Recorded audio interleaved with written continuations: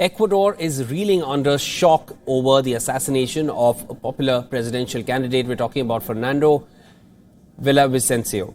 The incident has sparked a widespread outrage, drawing condemnation from leaders and governments across the world. Now, in a video address, members of the Los Lobos gang claimed responsibility for the murder while he was leaving a rally in the nation's capital, Quito, on Wednesday.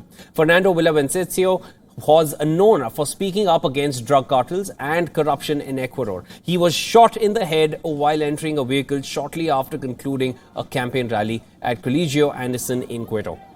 As of now, the police have arrested 6 Colombian nationals in connection with the assassination, while another suspect died in custody from wounds sustained in a firefight after the politician's killing.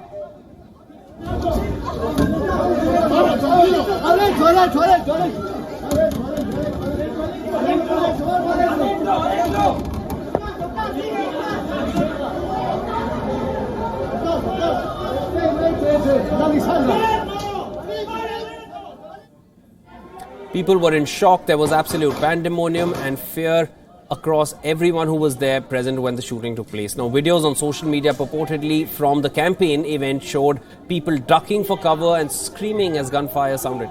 The violence injured 9 other people, including a candidate for the legislature and 2 police officers.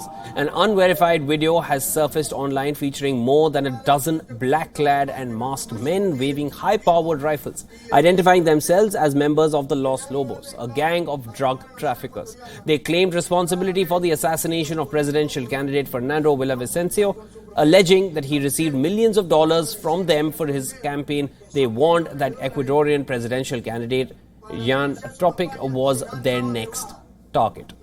Now, according to reports, Los Lobos has thousands of members and are active in the country's violent prison system.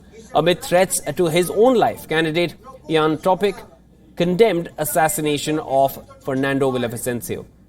He reiterated the need for a firm hand against crime. Questioning the police, Fernando's uncle said the murder of his nephew looked like a horror movie.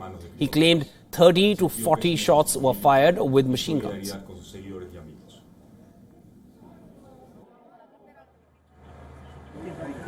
Vivimos una película de terror. Con metralletas se dispararon 30, 40 disparos. Vimos caer heridos. Sé que hay algunos fallecidos. Y dolorosamente, el asesinato de Fernando Villavicencio. Nosotros que... Blaming the Fernando Villavicencio assassination on organized crime, President of Ecuador, Lasso has declared a state of emergency in the country for 60 days. He said armed forces have been mobilized throughout the nation territory to guarantee the safety of citizens and the free and democratic elections of August 20th. Bueno, realmente es una pena lo que está pasando aquí en mi país, que eso refleja la inseguridad en la cual nos encontramos.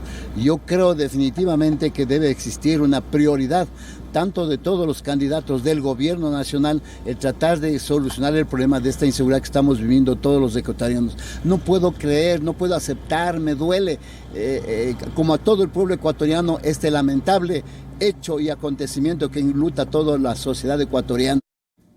Meanwhile, the head of the National Electoral Council has stated that Ecuador's August 20th general elections will be held as scheduled in compliance with the constitutional and legal mandate.